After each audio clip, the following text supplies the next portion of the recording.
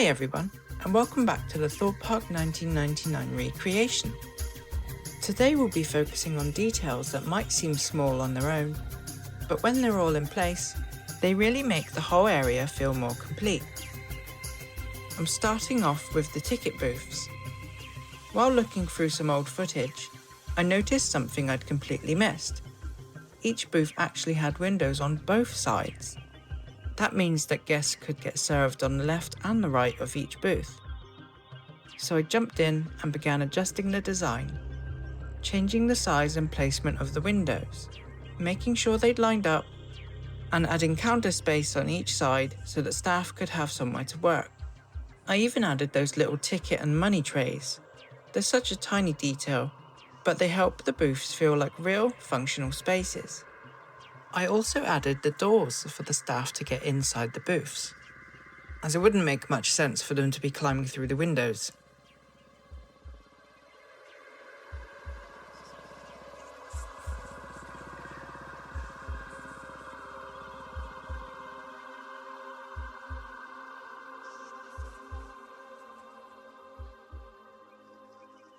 While I was working, I kept imagining what this scene would have looked like on a busy morning back in 1999, with people queued up across the plaza, chatting in excitement, while staff in the booths worked quickly to get everyone inside.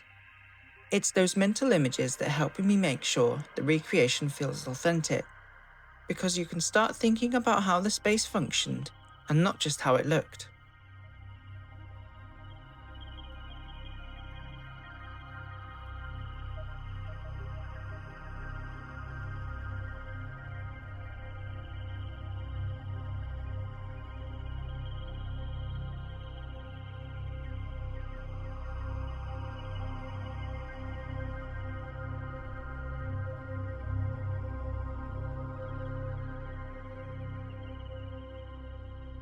If you're enjoying the project and want to dive deeper behind the scenes, consider joining the community on Patreon.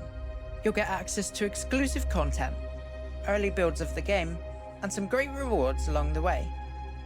Massive thanks to all the current supporters. Every bit of support helps keep the project moving. Now back to it. Once one booth was done, I duplicated it across the others, double-checking each one for any mistakes and making sure all the face normals were correct. You never want to finish a build only to realize that some of the faces are flipped and your textures don't render properly.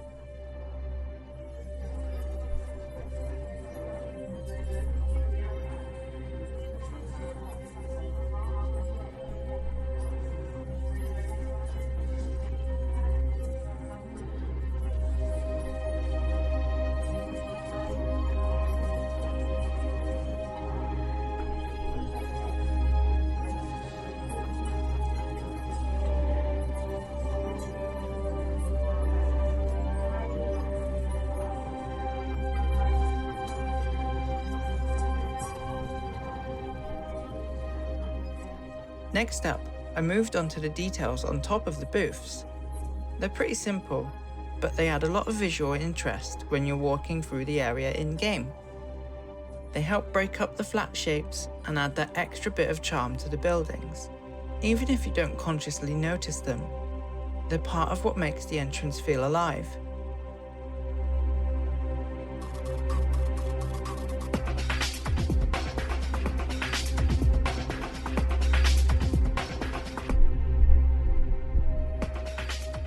Then I decided to add something that's easy to overlook.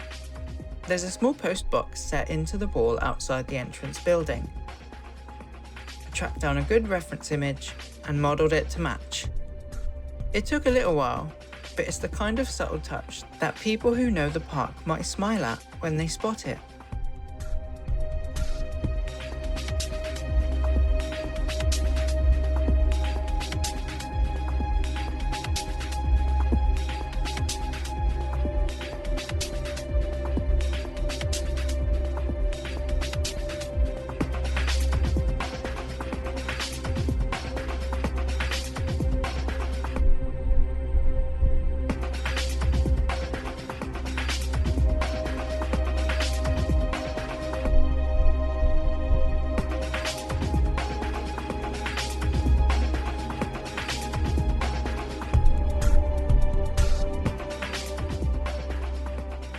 If you've worked in Blender before, you'll know that converting text into a mesh makes terrible geometry.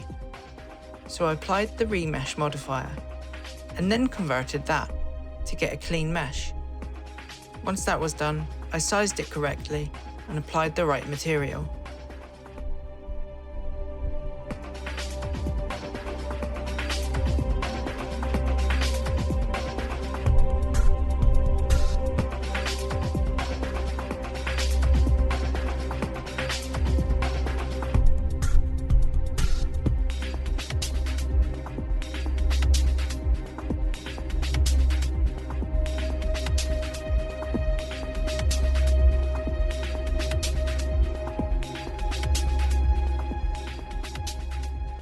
And here's a bonus.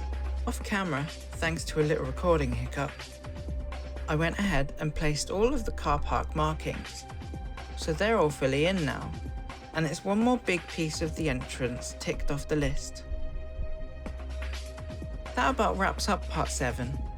In part 8, I'll be adding roof details to the main building, cleaning up the transition into the car park, creating 3 more buildings in that area, filling up the car park a bit with some cars, some lampposts, and even putting in a small radio tower. It's all coming together now, so I can't wait to show you. Thank you so much for watching, and I'll see you next time.